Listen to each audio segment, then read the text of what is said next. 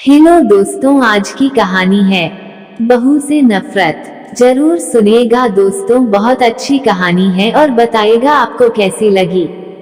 Mummy, मैं कह रहा हूँ ना, मैं रीना से ही शादी करूँगा, अन्यथा मैं जिंदगी भर कुंवारा रह जाऊंगा और यह मेरा अंतिम निर्णय है।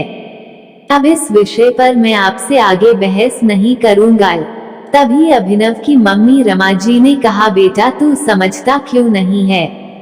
हमने तेरे सामने रीना की जन्म कुंडली पंडित जी को दिखाई थी ना, और उन्होंने सिया की कुंडली में मांगलिक दोष बताया है। अब तू बता, सब कुछ पता होते हुए हम तेरी शादी एक मांगलिक लड़की से कैसे कर दे? तू जानता नहीं कि मांगलिक दोष वाले की जीवन साथी की मौत जल्दी हो जाया करती है, इसलिए तुझे मैं समझा रही हूँ, तू भूल जा रीना को। रमा जी ने अभिनव को बहुत समझाया, पर अभिनव का कहना था कि जब मैंने रीना से प्यार किया था तब मैंने उसके साथ प्यार करते हुए जन्म कुंडली का मिलान नहीं किया था, न ही मैं इन मिलानों को मानता हूँ, इसलिए अब बस मैं शादी करूंगा तो सिर्फ रीना से, और यह मेरा आखिरी फैसला है। आखिर रमा जी को अपने बेटे की जिद के आगे झुकना पड़ा और पंडित जी के द्वारा बताए गए अनुसार सिया के मंगल दोष को दूर करने के लिए अभिनव के साथ शादी करने से पहले सिया की शादी एक पेड़ के साथ करवाई गई और उसके बाद रीना ने अभिनव से शादी करी।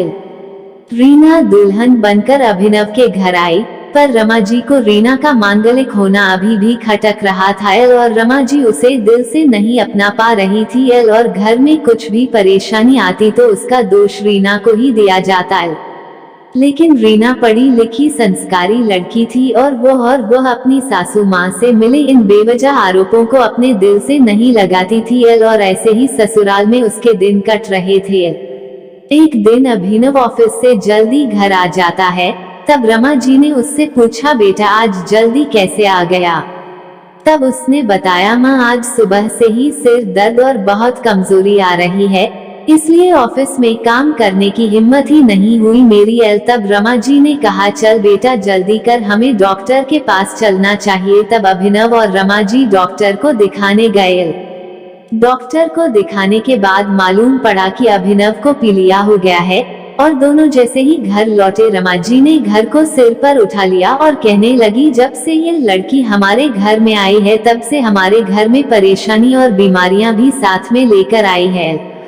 इसके कदम ही अशुभ है। अब देखो, इसका मांगलिक दोष हमारे बेटे पर भी असर करने लग गया है। कल को अगर मेरी बेटी को कुछ हो गया तो कौन जिम्मेदार होगा? तभी रीना ने कहा, मम्मी जी प्लीज, और कितना नीचा दिखाएगी मुझे? आज तक मैं चुप रही क्योंकि पापा ने यही सिखाया था कि बड़ों के आगे ससुराल में जवाब मत देना, पर आज तो आपने हद ही कर दी है। अगर मैं आज नहीं बोली तो जिंदगी भर खुद को माफ नहीं कर पाऊंगी। मम्मी जी, अगर आप पंडित जी पर भरोसा नहीं करती थी तो उनके कहे अनुसार आपने सारी मांगलिक दोष निवारण की विधि क्यों करवाई? क्यों पहले आपने मेरी पेड़ से शादी करवाई? दोष मेरा मांगलिक होना नहीं है, बल्कि दोष तो मेरा आपकी बहू होना में है, क्योंकि घर में जाने अनजाने में कुछ भी परेशानी आती है उसको आप मुझसे जोड़ देती है, और जब कोई सास अपनी बहू से सिर्फ नफरत कर रही होती है तब यह बहू दोष बेटे बहू को नहीं पूरे परिवार को परेशानी में डाल देता है।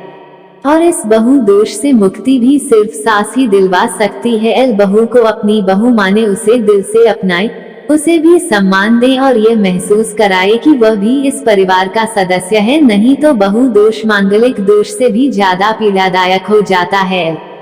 रीना की कही हुई बातें रमा जी के दिल को झकझोर रही थी और उन्हें मन ही मन पश्चाताप भी हो रहा था। उस समय उन्होंने रीना को कुछ भी नहीं कहा। थोड़े दिन बाद अभिनव बिल्कुल ठीक हो गया और ऑफिस जाने लगा, और 1 महीने बाद अभिनव की सैलरी भी बढ़ गई। तब उसने घर आकर इसका श्रेय रीना को दिया। तो रमा जी बोली, हाँ सही है बेटा, तू तो सारा श्रेय बहू को ही देगा। तेरी माँ का आशीर्वाद भी तो तेरी प्रगति के पीछे रहता है तेरे साथ। तू तो मुझे श्रेय देना भूल ही गया। तब अभिनव ने कहा, माँ इस बार रीना का मांगलिक दोष मुझ पर और नहीं मेरी तरक्की पर नहीं लगा और माँ जब हम बुरी परेशानियों का श्रेय रीना को देते हैं तो अच्छे कामों का श्रेय भी तो रीना को ही देना चाहिए तो इसलिए आज का सारा रीना को जाता है। अभिनव ने हंसते हुए कहा। तब रीना बोली, अभिनव तो क्या तुम भी मुझे ऐसा समझते हो? तब अभिनव ने कहा, नहीं रीना बिल्कुल नहीं बल्कि मैं तो माँ को यह समझाना चाह रहा हूँ कि सुख दुख हमारे जीवन का हिस्सा है और कभी जीवन में खुशियाँ आती है तो कभी गम भी आते हैं। इसके लिए हमें परिवार के सदस्य या अपनी बहू को दोष देना उचित नहीं है। तभी रमाजी बोली, बेटा सही कह रहा है तू और तेरी तरक्की ही बहुत है। मुझे इस झूठे दोषों से बाहर निकालने के लिए आज मैं यह कसम लेती हूँ कि आज के बाद में रीना को किसी भी बात का दोष नहीं दूंगी। यह सुनकर रीना कमेंट में जरूर बताएं और चैनल को सब्सक्राइब करें। धन्यवाद। आज बहुत खुश थी क्योंकि आज उसको उसकी सास ने मांगलिक दोष के साथ साथ बहु दोषों से भी मुक्ति दे दी थी। कैसी लगी कहानी दोस्तों कमेंट में जरूर बताएगा और चैनल को सब्सक्राइब करें। धन्यवाद।